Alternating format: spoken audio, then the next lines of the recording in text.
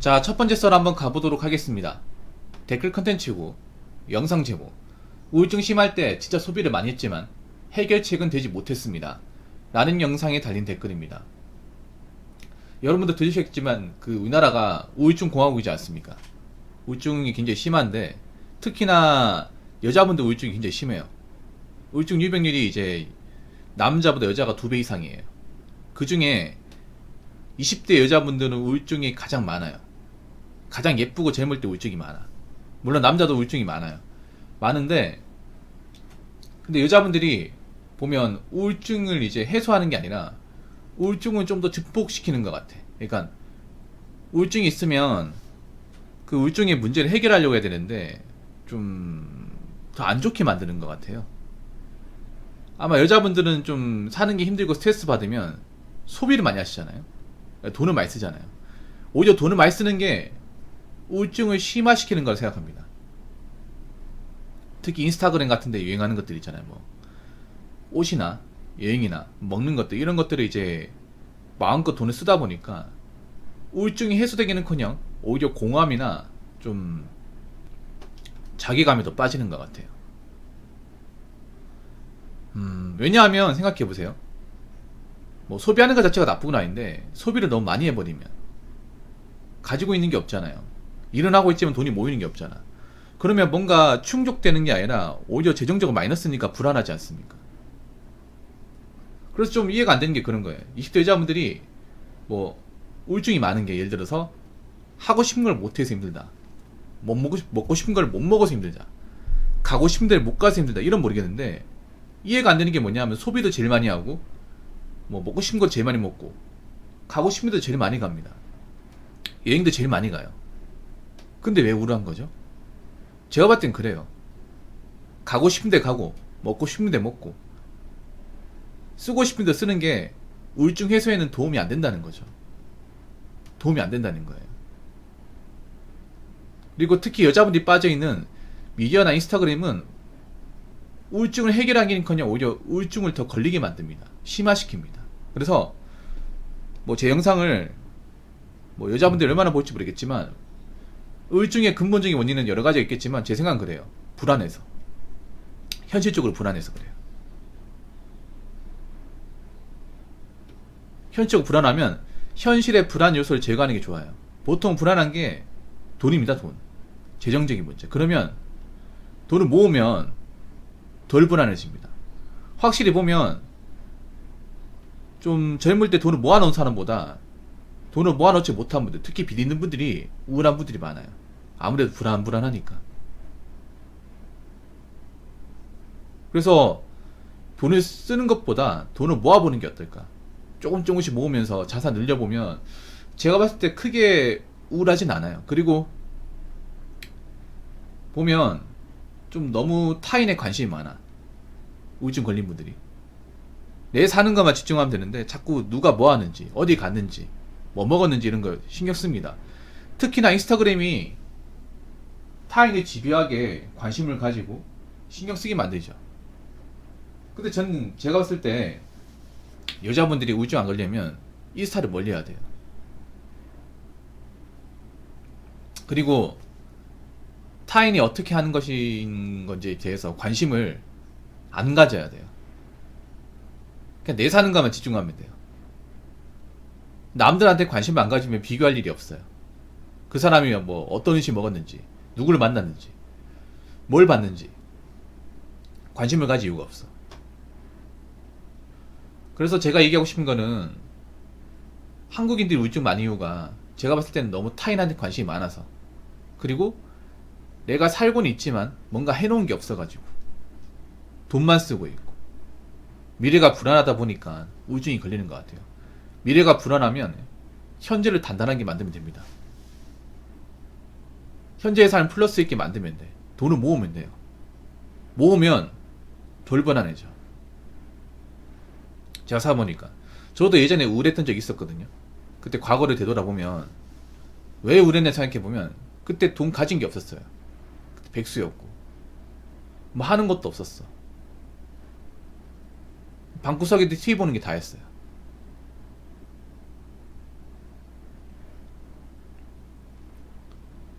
근데 내가 이제 어느 순간 돈 벌어야겠다 생각하고 돈 벌고 TV 안 보고 밖에서 이제 일하고 하다 보니까 우울증이 좀 많이 없어지더라고요. 그래서 느꼈어요. 아, 우울증은 뭔가 열심히 살고 돈을 모으고 좀 진취적으로 살면 해소가 되는가 보다, 이렇게 느꼈습니다. 물론 이제 우울증 중에 좀 중증이신 분들은 아마 제가 말한 대로 하기 힘들 거예요. 그래도 제가 말씀드리고 싶은 거는,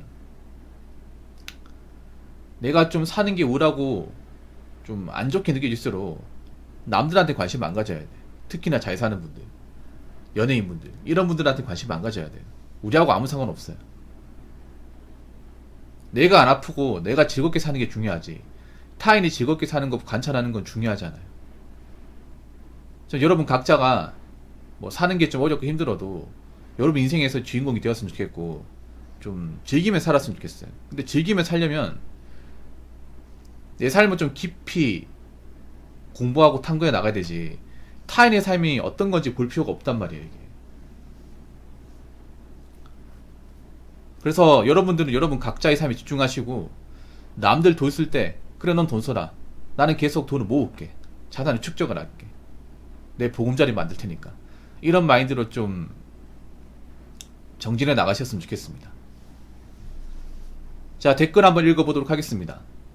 돈이 없어서 과소비라는 걸 해본 적이 없지만 저 또한 우울증이 있고 개인적으로 운동만큼 우울증에 탁월한 게 없는 것 같습니다. EDM이나 4개 겨울 같은 느낌의 클래식 노래 들으면서 운동하는데 힘들 때도 있지만 기분 좋아집니다. 그렇죠. 좀 우울한 마음을 없애는데 가장 도움되는 게 운동이에요, 운동.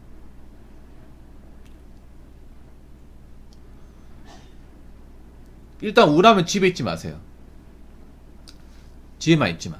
밖으로 나오세요. 뭐 밖에 나와서 뭐 합니까? 뭐 운동 같은 거 하면 되는데, 정할 게 없으면 걸으면 됩니다. 정할 게 없으면 동네 한 바퀴, 공원 한 바퀴 걸으면 돼. 그러면 좀 머리 회전이 좀 빨리빨리 돌거든요. 그리고 좀 잡념이 사라져요. 잡념이. 그래서 좀 살다가 좀 인생이 꼬이거나 힘든 게 있으면 잠깐 밖에 나가가지고 한 바퀴 도는 게 도움 됩니다. 산책 같은 거. 아니면 이제 좀 운동 같은 거, 땀 흘릴 수 있는 운동. 사람이 땀을 흘리면, 땀 흘리고 이제 근육 같은 게 땡기면 좀 안 좋은 생각이 덜 나거든요. 그리고 운동하는 게 좋은 게 뭐냐, 운동하면 사람이 체력 소모가 되잖아. 그러면 일찍 자요.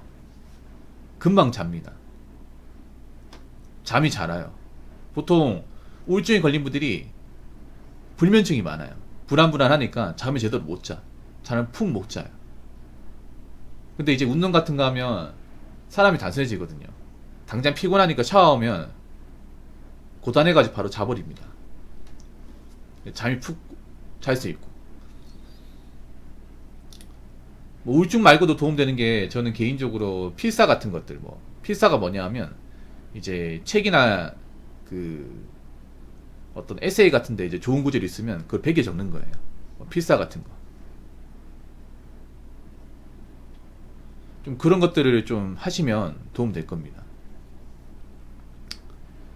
그러니까 이제 취미가 정말 중요해요. 우울증 해소하는데 취미 같은 것들. 전 유튜브 보는 거 취미라 생각하지 않습니다. 되도록이면 우리가 하는 취미 있잖아요. 그런 취미는 미디어 같은 게 되면 안 됩니다. 특히 타인의 삶을 관찰하는 것들이 되면 안 돼요. 지금 우리나라 사람들 취미도 문제가 있는 게 뭐냐면 자꾸 뭔가 어울려서 하는 것들, 아니면 누구를 관찰하는 것들, 그런 것들이 많아졌어요. 저는 우울증이 심해진 이유가 타인의 삶을 관찰하는 그런 컨텐츠가 많아져서라고 봅니다. 타인이 어떻게 사는지, 어떤 취미생활 가지는 건지를 이제 엿보는 것들. 유튜브에 그런 거 많잖아요. 브이로그 같은 거. 난 솔직히 그런 거 시간 아깝거든요. 제 시간 아까워. 왜냐? 남 사는 거 봐서 뭐 하려고. 무슨 뭐 가는증 환자도 아니고, 솔직히 말해서 나하고 아무 상관도 없는 사람이에요. 그리고 그 영상에서 나온 게 진짜 모습인지 장담할 수 없어. 가공된 모습일 수도 있고. 그래서 여러분 그런 걸 볼 바에는 나한테 투자하는 게 좋아요. 나한테. 저 같은 경우에는 그런 이제 타인 회사에 엿보는 것도 잘 안 봐요. 안 봐. 저는 되도록이면 약간 좀 멘탈을 흔들리게 하는 것도 피합니다. 저는 이제 인터넷 뉴스 같은 거 안 봅니다. 멘탈 흔들리게 만드는 것들. 봐봤자 뭐 도움되는 것도 없고 정신만 사나운데. 그리고 타인의 삶을 관찰하는 것도 안 봐요. 나보다 잘 사는 사람 봐가지고 뭐 하려고. 저 사람 사는 거하고 내가 사는 거하고 다른 건데. 그래서 뭔가 집중할 수 있는 것도 있잖아요. 집중할 수 있는 것들. 그런 것들에 좀 열중합니다. 뭐 운동 같은 거 한다든지 아니면 책을 본다든지 아예 메모를 한다든지.